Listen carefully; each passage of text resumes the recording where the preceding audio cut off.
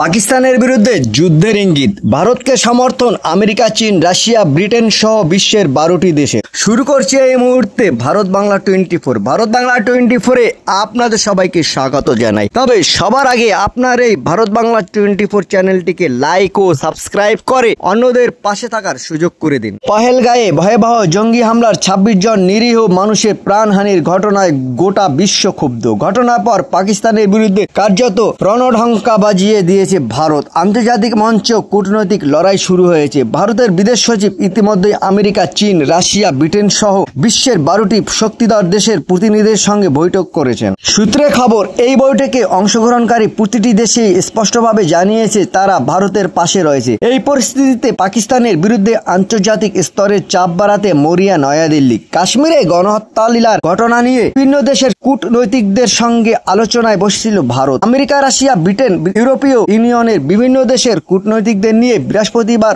ওই বৈঠকে বসেন বিদেশ মন্ত্রক। তাৎপর্যপূর্ণভাবে ওই বৈঠকে উপস্থিত ছিলেন চীনের কূটনৈতিকও। ভারতের সঙ্গে কূটনৈতিক টানাপোড়েন থাকা কানাডার প্রতিনিধিও বিদেশ মন্ত্রকের আমন্ত্রণে এই বৈঠকে উপস্থিত ছিলেন। আধিকারিক সূত্রে খবর, অত্যন্ত 20টি দেশের কূটনৈতিকরা এই বৈঠকে উপস্থিত ছিলেন। পাকিস্তান যে জঙ্গিদের আশ্রয় প্রশ্রয় দিয়ে সন্ত্রাস ছড়াচ্ছে সে কথা ফের স্পষ্ট হয়ে গেছে পহেলগাঁও হামলায়। এই নিয়ে প্রাক্তন সেনাপ্রধানদের একাংশ সরব হয়েছেন। তাদের দাবি আর নয় শুধু সার্জিক্যাল স্ট্রাইক বা সীমিত প্রতিশোধ, এখন দরকার সরাসরি যুদ্ধ। কারণ তাদের মতে সন্ত্রাসের আসল মূল রাওয়ালপিন্ডির সেনা সদর দপ্তর। যতক্ষণ না পাক সেনা ধ্বংস হয় ততক্ষণ উপত্যকার রক্তপাত বন্ধ হবে না। স্বাধীনতার পর উপমহাদেশে ভারত ও পাকিস্তান 4 বার সম্মুখময় ছড়িয়েছে।